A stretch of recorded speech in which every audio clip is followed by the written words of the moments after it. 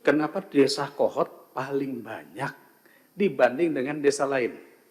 Ya, bahkan saya dengar katanya kepala desanya naik Rubicon. Kami aja belum tentu kebeli di sini. Jadi ini menandakan bahwa ada permainan antara pengembang atau pengusaha dengan wilayah-wilayah tertentu yang dimudahkan. Terima kasih pimpinan Mas Nusron yang saya hormati, rekan seguru dan seilmu, Pak Wamen, Bapak Ibu semua. Saya pikir ini menjadi sebuah pencerahan bagi kita semua, karena selama ini kita hanya mengikuti di media massa. Kita mengikuti apa yang terjadi di Komisi 4 kemarin, beribut-ribut, dan tentu kami mengatakan ini akan sampai pula ke Komisi 2. Dan setelah penjelasan tadi, kita mulai melihat benang merahnya. Kalau saya perhatikan, benang merah ini berasal dari usulan desa. Dan saat ini kepala desa itu sudah dipanggil kejaksaan, kalau saya tidak salah ya, terutama yang Kohot. Agak unik ini, karena desa Kohot ini hampir mayoritas 263 bidang, 390 hektar ada di situ. Di desa lain malah tidak ada, hanya ada mungkin satu desa yang 3 bidang gitu ya.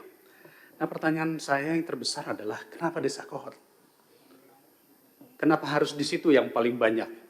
Padahal kalau kita lihat perluasan PSN tadi malah tidak ada sama sekali.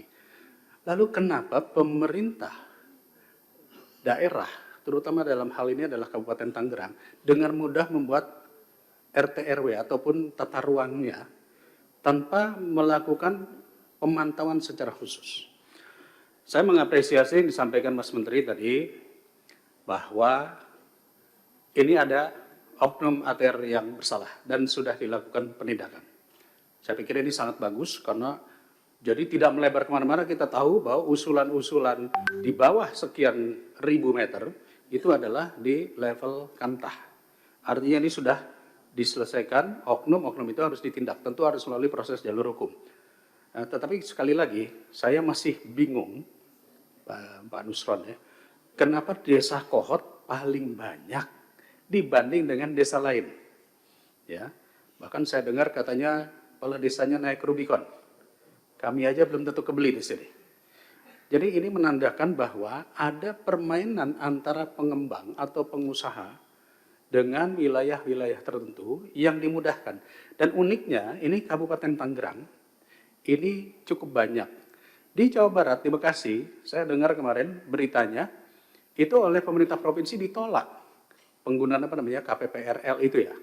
Itu ditolak. Padahal sudah mengajukan berkali-kali. Nah, saya tidak mau mencari kesalahan di mananya, tetapi kira-kira prosesnya bagaimana sih dalam proses penentuan RT RW ataupun tata ruang oleh pemerintah daerah, bahkan sampai ke desa. Dan kemudian apakah rekomendasi GIRIK itu hanya cukup dari kepala desa saja? Karena kalau tidak, ini nanti akan termanfaatkan juga di desa-desa lainnya. Rekomendasi hanya keluar dari kepala desa, dan kalau nggak salah di desa Kohot ini kan banyak dipalsukan. Nah, proses pengusulan menjadi GIRIK dan sertifikat hak milik perlukah kita kaji ulang?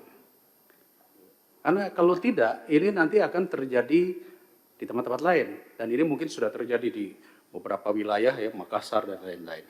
Itu yang pertama.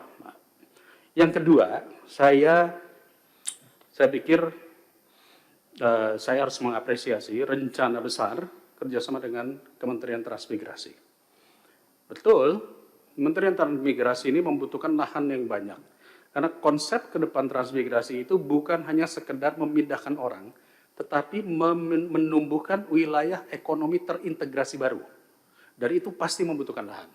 Jadi jangan hanya memindahkan ke satu titik, setelah 2 tahun selesai, malah setelah jadi HGU atau HGB itu dijual kepada perkebunan. Kita harus jelas ketika memindahkan atau mengembangkan daerah strategis ekonomi yang baru, itu bidangnya apa? Apakah perkebunan, apakah sentra budidaya, atau yang lain, itu harus terintegrasi. Jadi saya pikir saya harus memberikan apresiasi kepada Mas Menteri, dan ini perlu ditambahkan kembali.